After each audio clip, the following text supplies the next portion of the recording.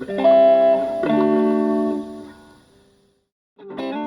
folks, Joey Ricard with TracksideScenery.com. Oh yeah, it's Saturday, so let the railroading fun begin.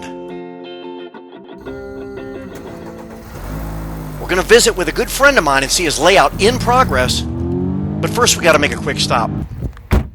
The convenience of your friendly local hobby shop brings us to Loco Joe's Hobbies in Inwood, West Virginia.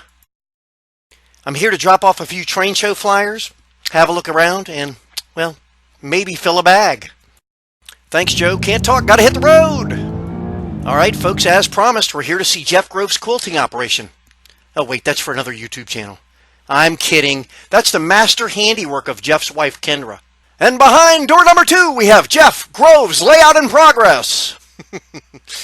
Now, before we begin, let me just say that Jeff is an absolute master when it comes to structure kits. After all, he's a manufacturer.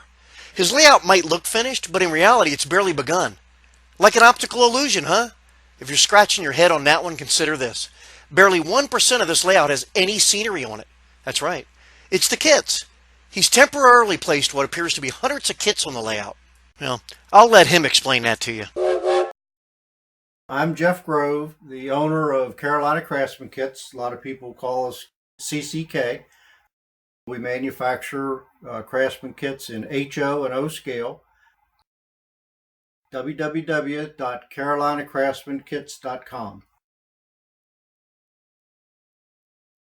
Well, it kind of started when we downsized. We hoped for the final time.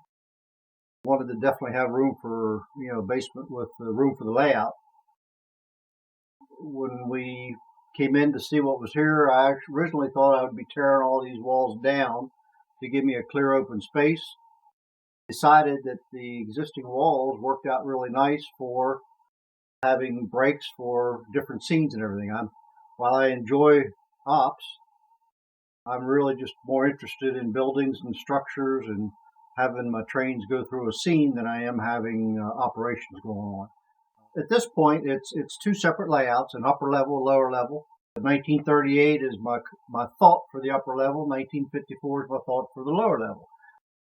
It's basically 2 twisted dog bones, the lower level being a little bit larger. At this time, they're not connected with a helix of any sort, and I'm up in the air whether to do that or not. So that's subject to change at any time.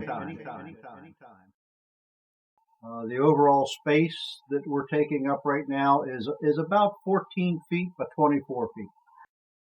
So I think I've packed a lot of layout in a small space. Basic construction began, bench work started on May the 14th. Here we are, September the 14th.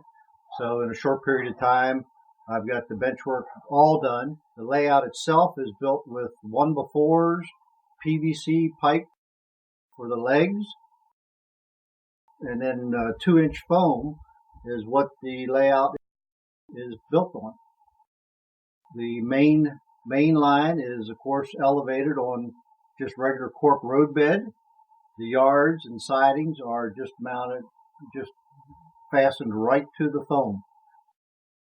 The scenery itself is probably less than 1%, if that. But everything is basically set up on a diorama-based gator board or something of that nature with the scenery in some cases around it.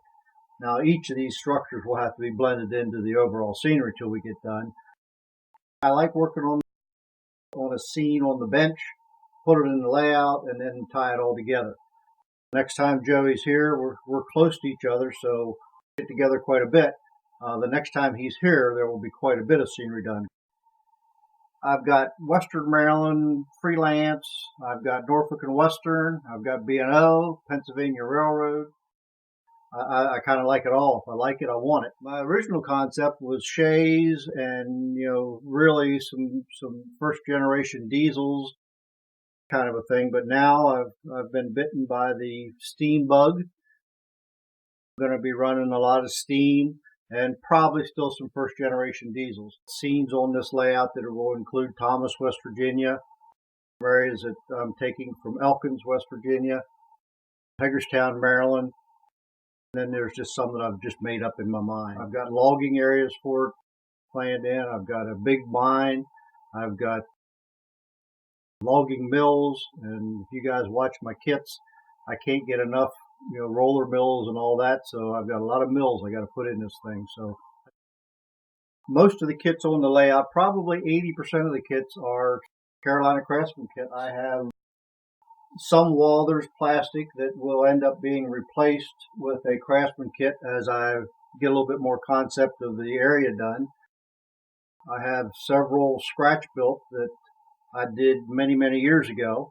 I have Foscal models on here, a few fine scale miniatures, and a few South Rivers.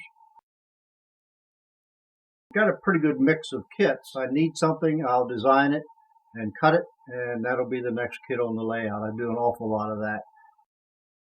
The Elkins station, a lot of you guys have seen that station that we did in HO and O scale. We'll have a separate place just for the Elkins station. Again, back to almost little dioramas everywhere is what we set up with everything. Everything also on my layout is weathered. Don't do anything that's not weathered. I'm just a fan of weathered at varying levels of weathering, and I just like to see that done on my layout. Buildings, people, structures, everything is weathered. Control system, DCC of course, NCE system. It's a 5 amp system. Will be wireless. We're still in the process of finishing that up. All the ground throws at this point are just nothing but ground throws operating the switches. That may change. I think there will be several switches that should be operated remotely. So that'll be a project down the road, but just want to get all the ground throws on the switches and get running and get to the scenery, which is my favorite part of the whole layout.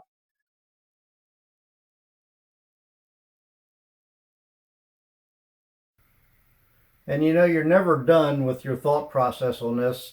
So I'm trying to decide, should I tie the two levels together? That would mean having to get a helix, which I've got a spot for. I could put one here.